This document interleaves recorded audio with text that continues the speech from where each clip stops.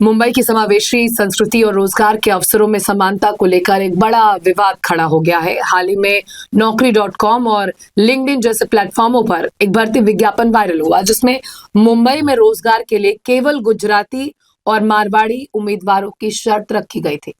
इस विज्ञापन ने न केवल मराठी युवाओं में आक्रोश पैदा किया, बल्कि देश के संविधान द्वारा दिए गए समानता के अधिकार पर भी गंभीर सवाल खड़े कर दिए हैं। मुंबई जैसे महानगर में जहां हर प्रांत के लोग बसते हैं, इस तरह का भाषाई और क्षेत्रीय भेदभाव सामाजिक ताने बाने को नुकसान पहुंचाने वाला माना जा रहा है। ये पूरा विवाद तब शुरू हुआ जब अहमदाबाद स्थित एक पोस्टिंग एजेंसी ने मुंबई में ईजीएम और अकाउंट्स फाइनेंस जैसे उच्च पदों के लिए विज्ञापन जारी किया। इस नौकरी के लिए सालाना 20 से 25 लाख रुपए का आकर्षक वेतन प्रस्तावित किया गया था।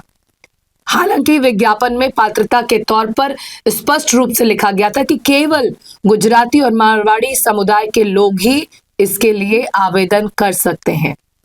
जैसे ही यह विज्ञापन सोशल मीडिया पर आया, लोगों ने इसे मराठी और अन्य स्थानीय उम्मीदवारों को जानबूझकर दरकिनार करने की साजिश बताया। विवाद बढ़ने पर एजेंसी ने सफाई दी कि कुछ विशेष कार्यों के लिए विशिष्ट भाषा के ज्ञान की आवश्यकता थी, इसलिए क्लाइंट कंपनी की मांग पर ऐसा उल्लेख किया गया और उनका इरादा किसी के खिलाफ भेदभाव करना नहीं था। लेकिन इस स्पष्टीकरण के बावजूद लोगों ने इसे मुंबई के रोजगार बाजार में बढ़ती संकीर्णता का उदाहरण माना है। इस मुद्दे पर मनसे और अन्य स्थानीय संगठनों ने आरोप लगाया कि महाराष्ट्र की आर्थिक राजधानी में मराठी लोगों को उनके ही हक के रोजगार से दूर किया जा रहा है।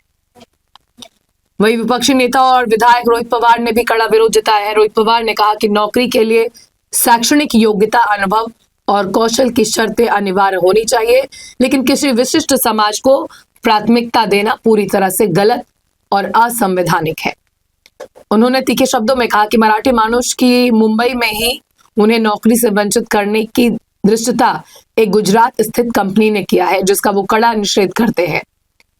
रोहित पवार ने उल्लेख किया कि महाराष्ट्र में रहने वाले कई गुजराती मारवाड़ी नागरिक खुद को मराठी होने पर गर्व महसूस करते हैं और वो कभी भेदभाव नहीं करते, लेकिन कुछ विशिष्ट कंपनियों के कारण पूरे समुदाय का नाम बदनाम हो रहा है।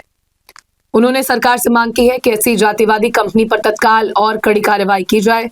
दरअसल ये विवाद केवल एक व्यावसायिक विज्ञापन तक सीमित नहीं है, बल्कि ये हमारे आधुनिक समाज के भीतर पनप रही विभाजनकारी मानसिकता की ओर इशारा करता है।